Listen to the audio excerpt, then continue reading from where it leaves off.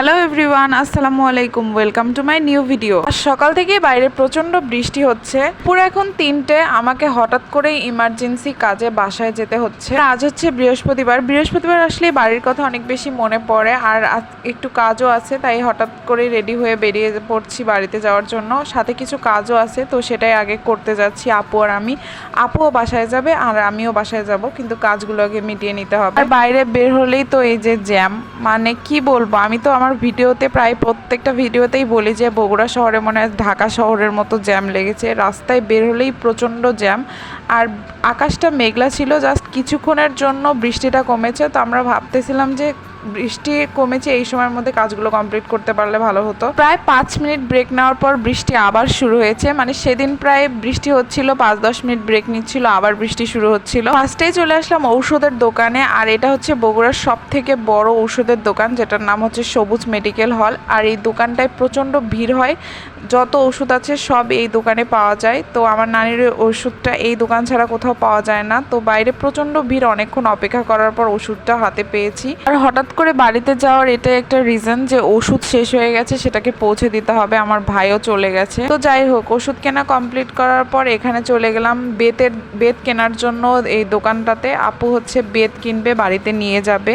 Aunty হচ্ছে বেত দিয়ে ব্যাগ বানায়, তো সেই বেত কেনার জন্য এই দোকানে আসলাম। এখানে কিছুক্ষণ অপেক্ষা করতে হয়েছে, কারণ আমরা যে কালারের বেতটা নিব সেটা ওনাদের দোকানে এই মুহূর্তে ছিল না, তো সেটা গোডাউন থেকে আবার আনতেছিল। আর বাহিরে প্রচণ্ড বৃষ্টি পড়তেছে। আমি এখানে দাঁড়িয়ে দাঁড়িয়ে এটাই ভাবতেছিলাম যে হচ্ছে আমার বাসার বাসটা পাবো কিনা।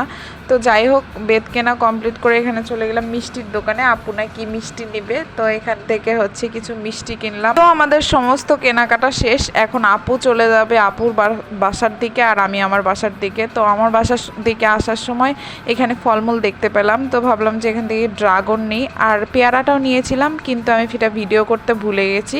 তো যাই হোক, এখানে সমস্ত ফল কেনা কমপ্লিট করে এখন চলে যাচ্ছি বাসের দিকে। আর এদিকে বৃষ্টি পড়তেছিল, কিন্তু আমি রিক্সা পাচ্ছিলাম না, তাই জন্য আমি হেঁটেই যাচ্ছিলাম।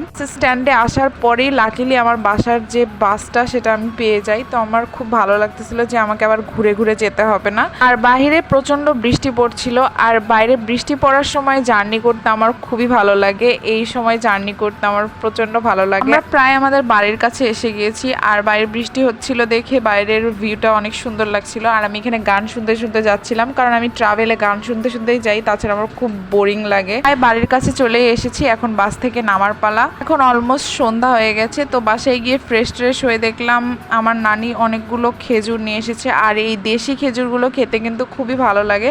আমি অনেকদিন ধরে আফসোস করতেছিলাম যে এবছর খেজুর খাওয়া হলো না। তো বাসায় গিয়ে দেখি খেজুর, তো ফার্স্টে এগুলোর ভিডিও করলাম। আর এই খেজুরগুলো খেতে কিন্তু খুবই ভালো লাগে। যখন আমরা রংপুরে থাকতাম, তখন আমার মামা রংপুরে গিয়ে এই খেজুরগুলো দিয়ে আসতো, আমার এতটাই পছন্দ। তো সেইগুলো দেখে অনেক স্মৃতি মনে পড়তেছিল। তো যাই হোক, এই খেজুরগুলো খেতে কিন্তু অনেক মিষ্টি হয়। আর বাসায় আসা মানে সারাদিনে প্রচুর খাওয়া দাওয়া, আর বাসায় আসলে ওইভাবে ভিডিও করার কথাও মনে থাকে না।